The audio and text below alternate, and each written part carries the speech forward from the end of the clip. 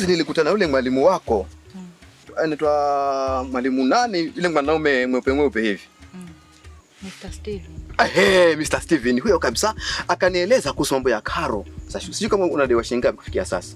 Nimebakisha 5,000. Sasa tuliongea unajua mimi zile listi sijui niziweka wapi. Tuliongea akanambia kama 3,000 hivi. Sasa kama ni 5,000 ina maana ulipata basari mahali. Sijui maana inawezekana. Ananiambia ni 5,000 zimebaki. Inawezekana. Mwanangu.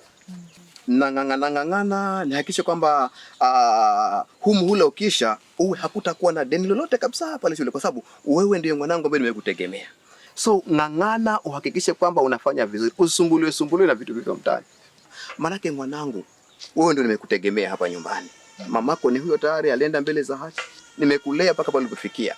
Sasa nimekutegemea. So nitang'ang'ana nione kwamba hakutakuwa na deni la aina yoyote. Usome vizuri na ufaulu vizuri ili uje kunisaidia mimi baba yako.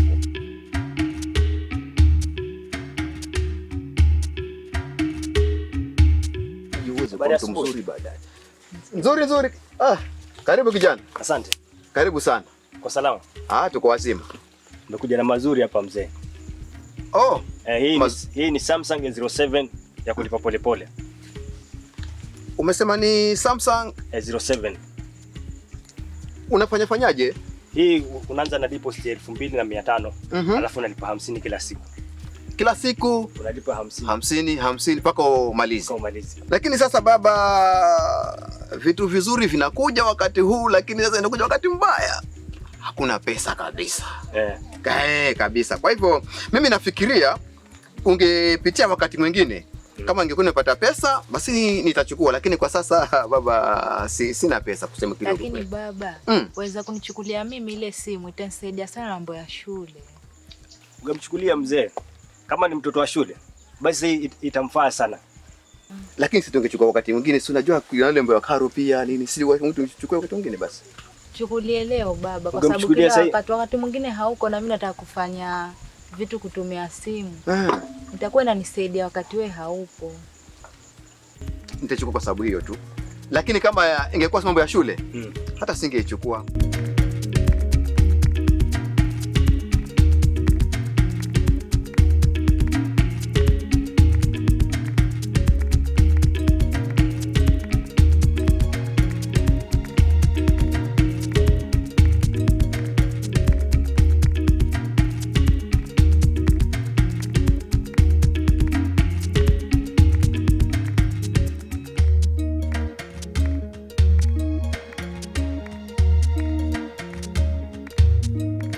Anisa, sina simu.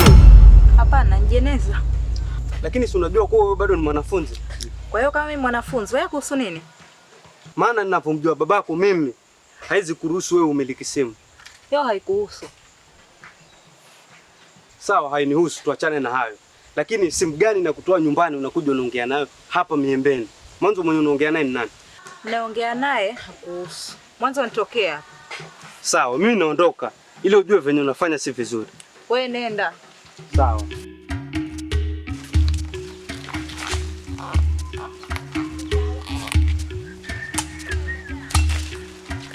Mzee Majembe. Naam. Habari yako? Habari yangu ni nzuri kijana Masha. Salama sana. Karibu kijana wangu. Salama sana. Karibu sana. Asante sana. Karibu sana. Sasa, huu mguu ni wa kwako huu mguu. Karibu. Nilikuwa katika pita zangu, lakini nimekutana na mwanao, Anisa. Anisa ni mwanangu. Alikuwa akiongea na simu. Nimemuona kwa macho yangu akiongea na simu, lakini alikuwa ni kama anaongea kimahaba. Sasa mimi nikaona hili sitanyamaza. Mimi lazima nikufikishie wewe kama babake.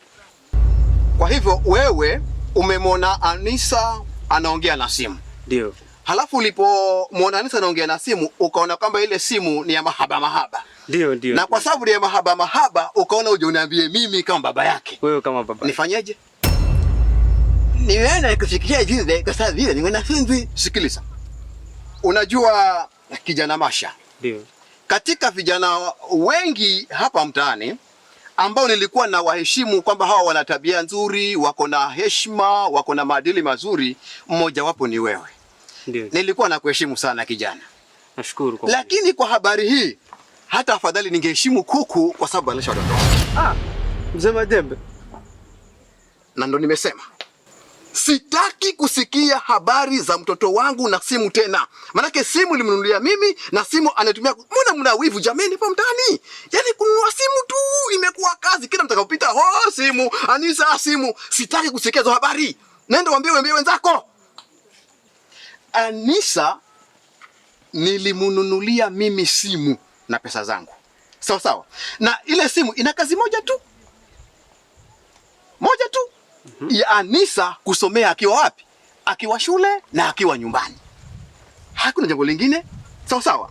Kwa hivyo ukiona kwamba Anisa umemwona anaongea na simu, halijakuhusu kwa jambo lolote lile. Ninachokijua mimi ni kwamba ile simu hata ile yenyewe hamna pale ndani. Ni yeye kusomea tu. Kwa hivyo sikiliza. Umbea wako. Fitina zako. Masengenyo yako. Fanya wewe na watu wengine huko. Usiniletee habari za mtoto wangu Anisa hapa kwamba ameongea na simu. Haikume kwa hilo yote lile. Sawa. Ukiwa na habari nyingine zenye maana, ndio, zenye maadili utaniletea. Lakini habari za mtoto wangu Anisa na simu hapa kwangu usikanyage kwa habari hizo. Sawa. Umbea wako, fitina zako na mambo mengine yale. Kutoka valisha madera na wale wengine kule. Sawa.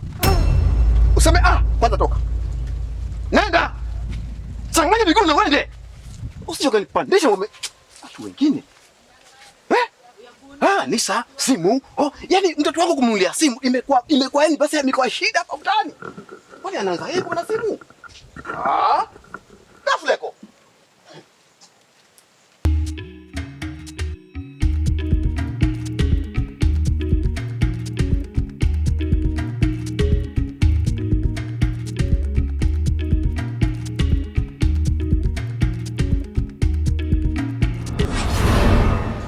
Sasa mpenzi, unaonaje mahusiano yetu yamekuwa magumu kwa sababu kuwasiliana ni shida, ama unaonaje?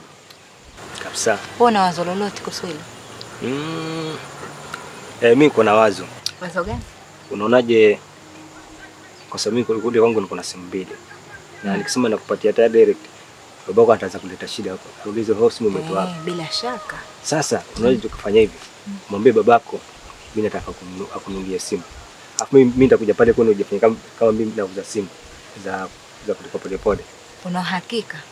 Sasa wewe kwa sababu anakuamini, ndio msisitizo kumwambia kwamba akununulie.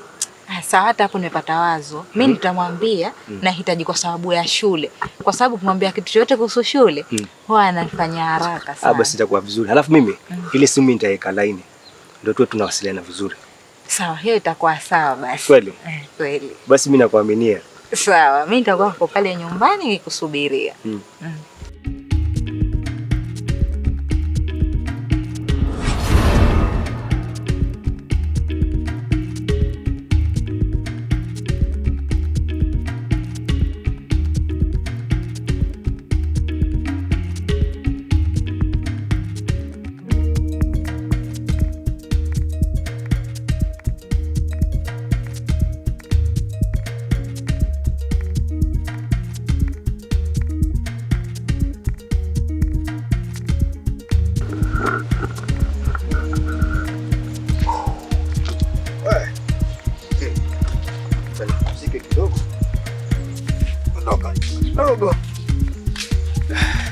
Habari yako mzee Majembe?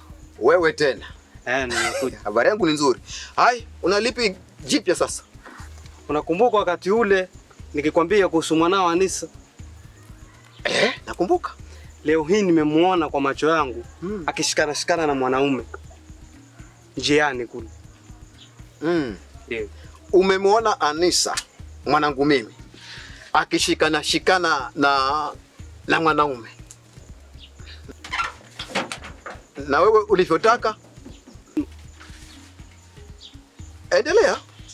Anisa mwenyewe ndio huyu hapa. Mama, msikize huyu. Umemwona anafanya nini? Eti Anisa alikuwa anafanya nini? Si ndio huyu Anisa? Baba, umemwona Anisa anafanya nini? Sasa unaenda wapi? Masha. Haya mama. Unaona haya? Simu tu. Simu kukununulia simu mwanangu. Mambo ni haya. Simu peke yake. Haya kukununulia gari itakuwaje?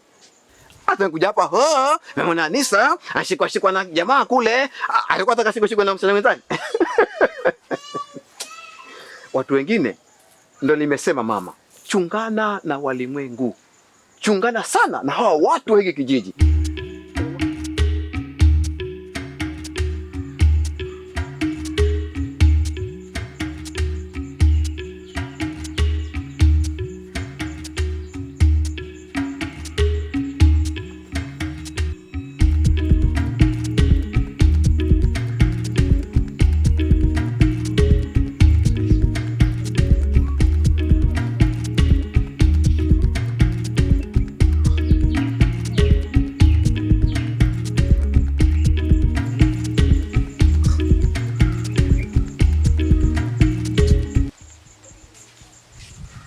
Anisa.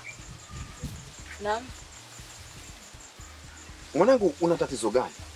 Niko sawa. Niko sawa baba. Unaweka uko sawa? Niko sawa. Maana imepita wiki sasa. Na kuona mnalala, kazi hufanyi hapa nyumbani. Tafadhali, nielezee mimi kama baba yako, ili kama kuna tatizo lolote tuweze kusaidiana. Una shida gani mwanangu? Mimi niko sawa baba, nimepitiwa na usingizi. Na kama uko sawa, mbona nimekuambia upike chakula hujapika? Nimepitiwa tu kidogo baba. Sikiliza mwanangu. Unajua wewe ndio mwanangu ambaye mimi baba yako nimekutegemea. Na ukiumwa wewe, mimi nitakuwa sina raha. Sasa usinifiche kitu. Maana ukinificha mimi nitamwambia nani mwingine? Ukiwa na jambo lolote ambalo linakutatiza, uniambie mapema baba yako nijue, hata kama ni hospitali kupeleke mapema ukapimwe tujue nini kinakutatiza. Mimi niko sawa baba.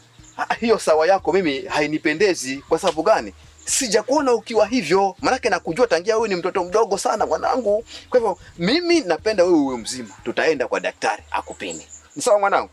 Lazima tuende kwa daktari apime aone kama kuna kitu gani chochote ambacho kina kunyemelea katika mwili wako. Lazima tuende kwa daktari.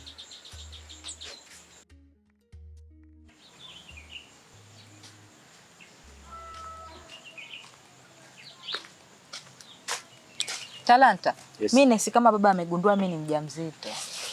Amegundua? Kwani kumeendaje?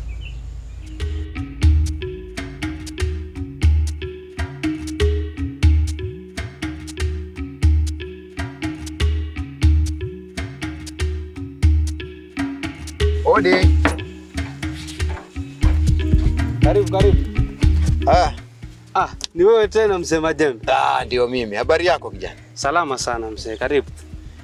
Ukiona mguu wa mtu mzima umefika kwako, ndio. Jua kuna jambo limemfika kwenye koo. Sawa, niko salama sana. Haya, niambie sasa ni jambo gani mzee? Unakumbuka ulikuwa ukiniongelea sana mambo mengi kuhusu mtoto wangu? Mtoto wangu Anisa. Anisa yule. Kwamba mara nimemwona na kijana huyu amepiga sijui picha hizi, wanapiga simu hivi, ameshikwa hivi. Huyu kijana ulikuwa unamuongelea wakati ule kuhusu msichana wangu, unamjua? Kiukweli kijana namjua. Kwani ulikuwa umepanga iwe namna gani? Sasa kitu ambacho kinanifanya mimi nifike hapa. Ndio. Yaani ulikuwa ukiongea. Huyu ni kama ambaye namuhisi kwamba huyu msichana wangu ni kama yuko na ujauzito, maana yake nimeona kulala mara kutema mate hivyo. Ameniona hali yangu sio nzuri, akaniambia atampeleka hospitali. Hii sasa ni noma hii. Sasa amesema na kupeleka lini hospitali? Hajaniambia siku, lakini ameniambia atanipeleka hospitali wakati wote. Hii mimba itakuwa noma. Mimi nafikiria tungeitoa. Tuitoe? Itabidi. Hapana. Tena ikiwezekana sasa hivi. Unajua kutoa mimba ina madhara, lakini hilo wazo mimi siko sana. Kwa nini sasa? Wewe unataka nifungwe? Hapana. Ama unipende? Nifungwe. Mimi nakupenda. Fanya hivi. Mimi niko na rafiki yangu ule. Ule rafiki yangu unamjua? Namjua. Ule rafiki yangu ana demo wake ule. Asi ule demo wake sasa ni mimba ya pili ametoa na hajafanyika chochote. Mimi kuna daktari wangu mwenye wewe rafiki yangu na connect kwake. Ukienda kwake atakupatia dawa na hiyo mimba itatoka tu vizuri kabisa. Na uhakika sitapata shida yote? Mimi na uhakika utakuwa sawa. Ama unataka nifungwe? Hapana, sitaki ufungwe. Fanya hivi, mimi nakuwekea pesa sasa kwa M-Pesa. Ni sawa? Sawa. Acha nakuwekea. Sawa. Basi fanya sasa. Ewa, hiyo ni mimba. Sasa hiyo kama ni mimba ndio nimepanga yule kijana nikimjua nimfunge. Ametaribia kijana wangu. Sasa mzee, hapo umefika mbali sana. Hapo cha kufanya tunaweza tukaketi tuone, tunampeleka hospitali akapimwe ili tujue kama ni ujauzito, tuone tunawaozesha. Isifike kwenye serikali. Hapo unalionaje?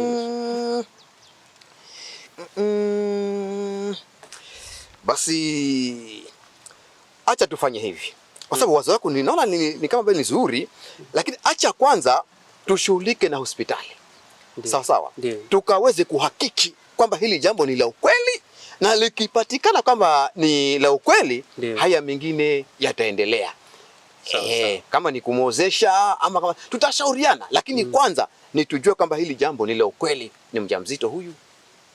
Basi ni sawa. Wewe karibu tena. Kiwa na ushauri unaweza ukapitia. Asante sana kijana wangu akunipokea. Unajua nimekwambia kwamba yale aliyopita yani yasiwe ni ndwele. Tugange nifanye nini? Yanayokuja. Na nimejua hakika wewe ni kijana mzuri sana hapa mtaani. Naona hekima zako. Sasa uwe na wakati mwema. Basi tutawasiliana. Acha nishughulike na hospitali. Halafu pia tutawasiliana tuone kama uende salama. Haya, uwe salama. Haya. Karibu tena. Haya.